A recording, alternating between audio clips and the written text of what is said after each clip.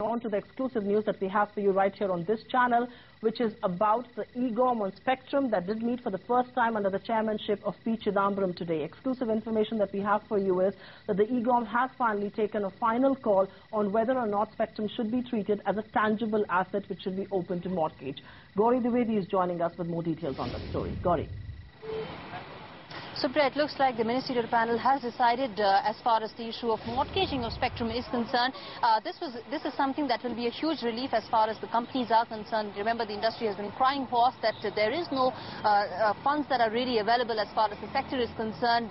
It looks like the ministerial panel has decided that Spectrum airwaves the telecom companies hold can be mortgaged and they can be given, and lenders can lend money when Spectrum is actually mortgaged. As far as the guidelines of really how the Spectrum that is mortgaged by telecom companies, how will that be auctioned? That is something that will be decided at a later stage. Remember, the big issue really as far as mortgaging of Spectrum is how do lenders really utilize or really recover their money in case of a default. That is something that will be decided in a separate EGom. But as far as the industry is concerned, this is definitely a relief, definitely a plus.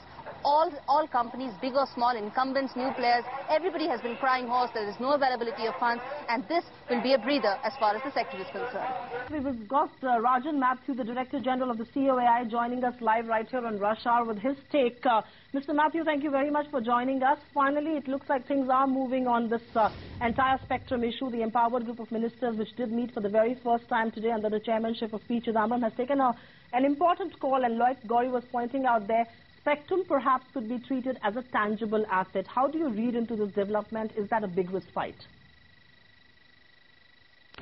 First of all, the good news is that the EGom met, which is progress.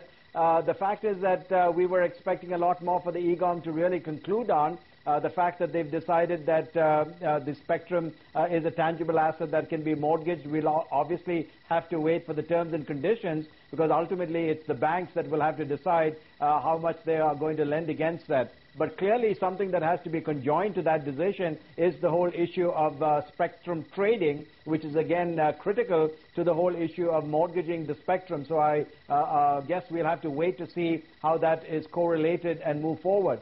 But of course, the industry is disappointed that obviously the critical things that are of importance to the industry to remove the uncertainty, which is the reserve price, the amount of Spectrum that is going to be put on auction, other decisions that were beyond the sort of scope right now of the 2G issue, haven't sort of been addressed. And our focus has been all along saying, please focus on the Supreme Court directive, which says, please put this auction process in play, put the Spectrum up for bid, get the licenses back into the hands of operators who want to operate. And insofar as those critical decisions have not been made, the uncertainty on the industry continues to hang, continues to hold back the investments that we want to make, and is certainly not in the direction we were hoping this would go today.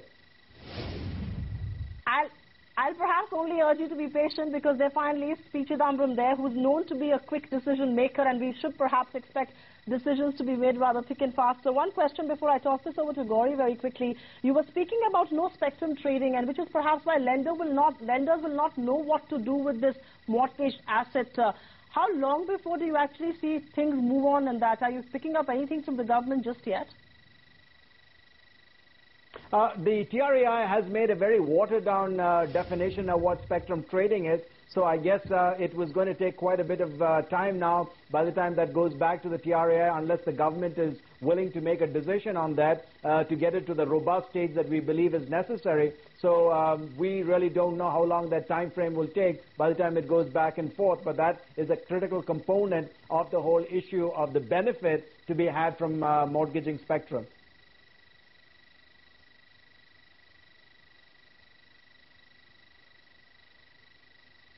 All right, Mr. Matthew, very quickly, many people believe that whether it's big or the small telcos, the fund crunch will perhaps be taken care of with a step like this, with Spectrum being a tangible asset that perhaps lenders can lend against. I want to ask you very honestly, what do telcos tell you? How difficult is it to raise money right now, especially for a sector like telecom, which, like it or not, is a little tainted?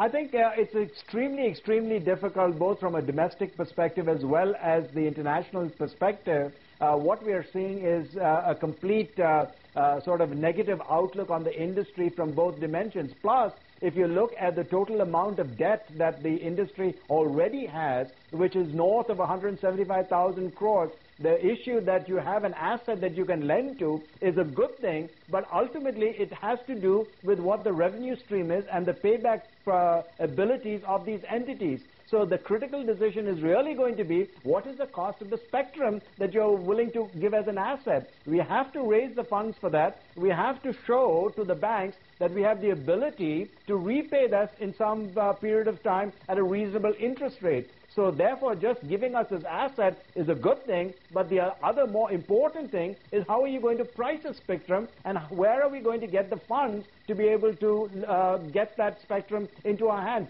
That is the critical problem. Domestic banks are overexposed, as it looks like. International lenders are finding it very, very difficult to make a credible evaluation of the opportunities at the prices that we are talking about for spectrum.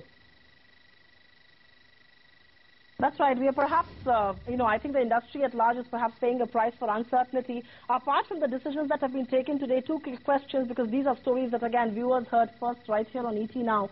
One of them is the whole refarming issue. There will perhaps be a certain band, about 5 megahertz, left with incumbents or with operators, and spectrum only above that will be refarmed. Should that be seen as a breather for telcos of your association?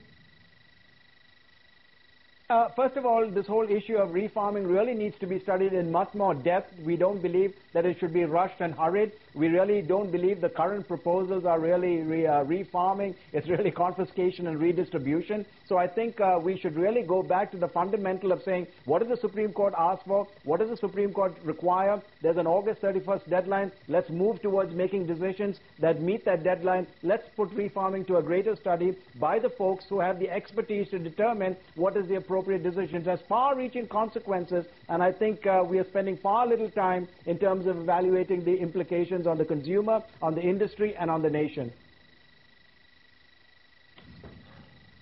All right, and one final question. There's been lots written and said about the prospective fee, or the fee that will be perhaps imposed on the spectrum that telcos presently hold. One of the possible scenarios could be that the CDMA part of the dual technology players' business could be left out. How opposed are you to that move? Oh, absolutely opposed. I believe we've already written to the EGom and to the Telecom Commission members saying is that really violates the whole principle of a level playing field. To be able to take out a whole chunk of spectrum and say, oh, listen, nobody has to pay for this, again, is violative of our understanding of a level playing field. This is being litigated right as we speak, so it's in a sense sub judice, but we certainly believe that excluding a certain part of the spectrum from these types of charges is violative of our rights as GSM players to be able to play on a level playing field. So I don't think that this is in the interest of the players that are really serious and have made the investments to take this country to be the second largest telecom subscriber base in the world.